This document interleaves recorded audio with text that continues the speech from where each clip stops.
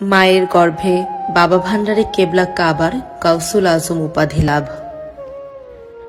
একদা হজরত গাউসুল আজম মাওলানা সৈয়দ আহমদুল্লাহ মাঝভান্ডারী তার অন্তর ঘরের হুজরায় কিছু আওলাদে পাকগণ এবং ভক্ত মুরিদান নিয়ে বসেছিলেন।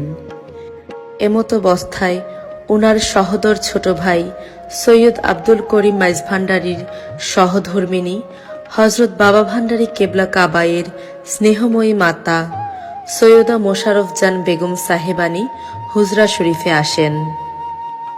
তখন হজরত সাহেব কেবলা উনাকে দেখে উপস্থিত সকলকে বললেন, তোমরা সবাই উনাকে সম্মান করো, উনি পিরানে পীর সাহেবের মাতা।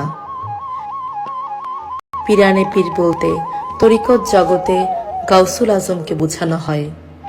তখন বাবা ভান্ডারী কেবলা কাবায়ের স্নেহময়ী মাতা মাত্র 4-5 মাসের গর্ভবতী ছিলেন।